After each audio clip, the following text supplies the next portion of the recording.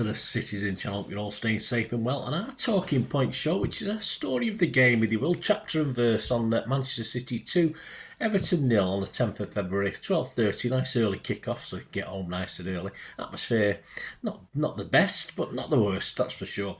Match day 23, of course, so we'll have a look back.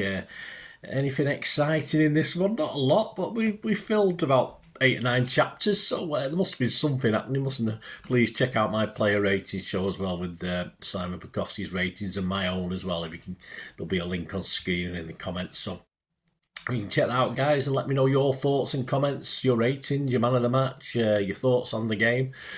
Shouldn't take long to get those out, should it? Please, if you're new to the channel, push that subscribe button, push the bell notification, everything. City past, present, and as long as I can keep going forever, as that's in my style. Someone might take over from me, you never know. Might be that sort of thing. Hey, who knows? So please, all your comments are welcome, and I will respond or give you a like, and if you can give this vlog a like as well. And if you're looking down the channel, of course, there's lots of films on film and TV as well. So if you like me, love your film and TV as well as your football club, please have a delve into there as well. Right, let's have a look at this. Pep, 4 changes to the Brentford team. I got 8, so I've got 3 wrong. One of them was an interesting one, Kovacic. He wasn't on the bench, was he? So he's injured? I'm not too sure. You might know. Let me know, guys, if you know what's up with him. And I was surprised Pep dropped Gvardiol. I said, when I do a Pep's 11, I try and think what he's going to do. And of course, Gvardiol's been his go-to player, hasn't he? So I was a little bit surprised he dropped him. And I was a little bit surprised he rested KDB. He doesn't need a rest, does he? You know, all right, played the full amount the other night, of course. But, yeah, a bit surprised. So they're the 3 ones that I got wrong. The team was Ederson, Akanji, Diaz, Stones, Ake, Rodri, Foden, Nunez, Alvarez, Doku and Haaland. So I'm happy with 8, to be honest with you.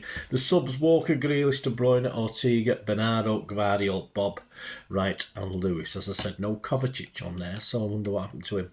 Yeah, Everton made no changes to their last game, a 2-2 draw with Tottenham last week. Their 11, start 11, Pickford, Godfrey, Tarkowski, Branthwaite, Milenko, Young, Garner, Gueye, McNeil, Harrison and Calvert-Lewin. Match talking points, the story of the game. Yes, chapter 1, headers down. Yes, 8 minutes. Harrison slips a ball down the inside right channel and Godfrey runs into the box and comes sliding into Ederson, who came to claim it. And even though he was hurt, he still sort of battled to get the ball, didn't he? So good on him. Was Godfrey right to slide in? I'm not too sure, actually. It probably was a 50-50, but it wasn't nice. But anyway, the keeper came off worse, our poor Edders, but he doesn't usually stay down unless he's hurt. But thankfully he got up. Very brave, happy with that.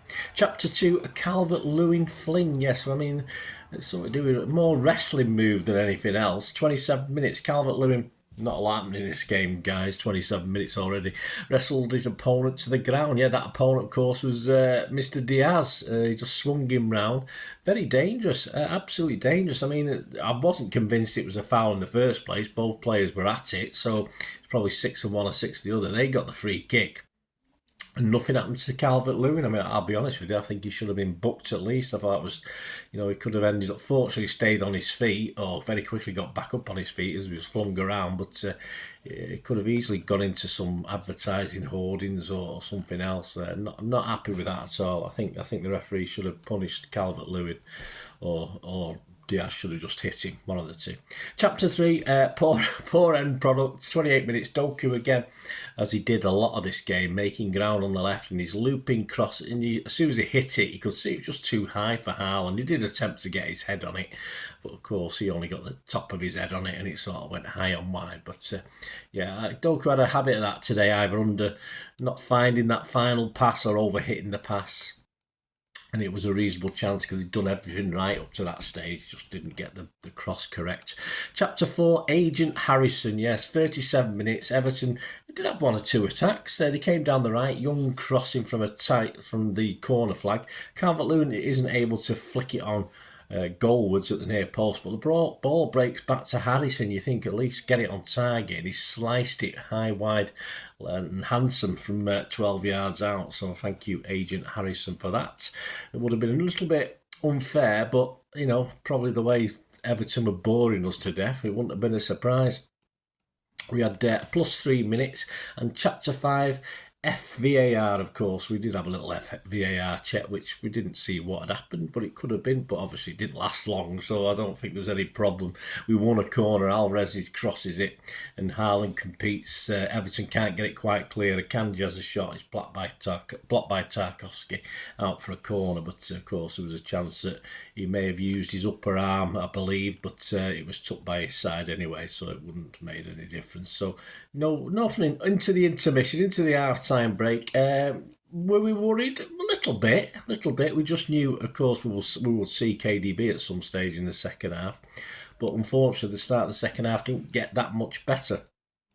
And the first real thing to happen was on 57 minutes. Akanji and Núñez were replaced by Walker and De Bruyne. So that hopefully would fire us into some sort of out of our lethargy or sort of inspire us.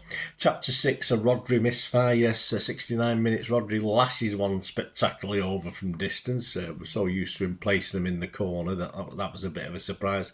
Chapter 7, those sickly Evertonians. Yeah, the game had been constantly stopped as Everton players were going down at regular intervals. It was sort of bad in the first half, and of course you got Mr. Pickford who can waste time for England. Yeah, you got him, and it was just getting worse and worse in the second half. But on chapter 8, obviously chapter 8 is too hot for Pickford. 71 minutes, there won't be any more Evertonians going down now, and it didn't. There's not a single trainer on the pitch after that first goal went in, surprisingly enough, even though, of course, they'd been on the pitch numerous times before then. But no surprise, from 71 minutes to the 110th minute, or the 100th minute, 100th minute, 10 minutes, wasn't it? Almost half an hour. Not a single Everton player went down. Well, I wonder why. I won't say the cheating, but they were. Chapter 8, too hot for Pickford. A City corner leads, a little bit of pinball in the box. The ball breaks to Haaland just to the left of the 6-yard box. He lashes it goalwards. It's sort of straight at Pickford, but with such power that he can only deflect it up into the top of the net. Unstoppable. I'm sure Pickford's gloves, one of those pictures, there's a cartoon where you've got a goalkeeper and he's got a big hole in his gloves, and I think it's probably looks like that. If I could have dug it up, I'd stick it on. But that was our first shot on target, guys. So what other teams do to us, usually we score from our first shot on target. 77 minutes, Silva comes on for Alvarez.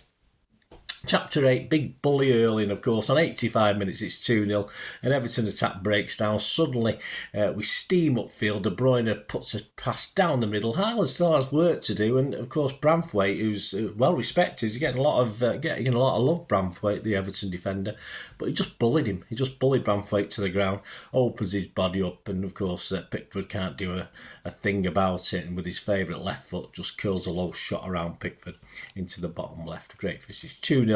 Yeah, game over. They did have the ball in the net, didn't they? But it was offside. I think they had the ball in the net a couple of times, a couple of offsides. That was De Bruyne's 106th Premier League assist. Only some bloke I've never heard of called Ryan Giggs with 162, and some other bloke I've sort of heard of, Cesc Fabregas with 111, have made more. So the Fabregas one is certainly in his sights anyway. 87 minutes, Doku was off. He was replaced by Grealish. We had the 10 minutes injury time, which to me, because they should account who's wasted the time. So if 6 or 7 minutes been wasted by Everton, they should just put it back to what it should be, because they're losing 2-0. But that's where the system falls down a little bit. Summary, yeah, I think Everton got what they deserved, didn't they? Nout. Did Pep have one eye on the Champions League with this side he picked today?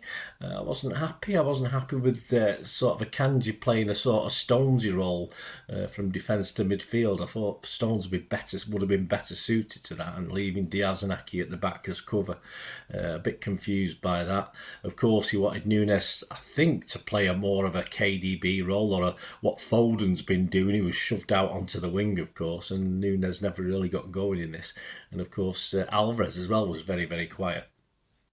So yeah, summary, I wasn't too sure what Pep was after. We got the result, that's all that matters. So probably job done from Pep. So let's get on with it. Let's get over to Copenhagen and sort them out. The table as it stands, Liverpool of course beat Burnley, so they're 54 points, a couple of points ahead of us. We do have a game in hand, and they have one better goal difference there, plus 32 to our 31.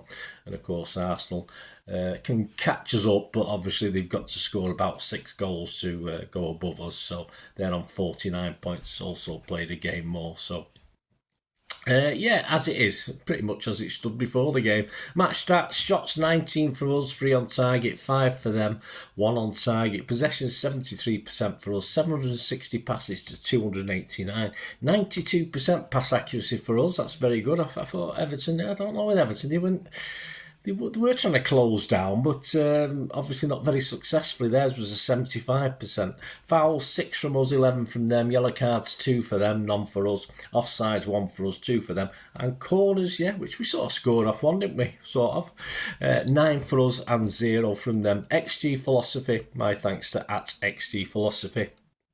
City 1.77, Everton 0.26. So yes, we won on that as well, and a good 3 points at the end of the day. As I say, it was a little bit frustrating at times, and all credit for Everton. They play their style of football very well. It just isn't much fun to watch, is it? But as I say, it's only really the catalyst of De Bruyne coming on, I think, that inspired us. I think we might have just struggled a little bit if KDB hadn't been around, and Pep would have certainly have to have tried to move forward and into that spot and do various things. But I was a bit disappointed with Nunes, because I like Nunes, but he did struggle today. Anyway, let me know what you think, guys. It'd be great to hear your thoughts. Check out the rating show, as I said, with Simon Bukowski and my own thoughts as well. And don't forget, out very, very soon, keep those buttons pressed, is the Pepsi 11 for the trip to FC Copenhagen, or Hagen, whichever way you pronounce it. Yeah, keep those buttons pressed for that, and I'll see you hopefully very, very soon. Thanks for watching, guys. Until we meet again, that's one thing, don't I? Please stay safe, Blues. Come on, City. Bye for now.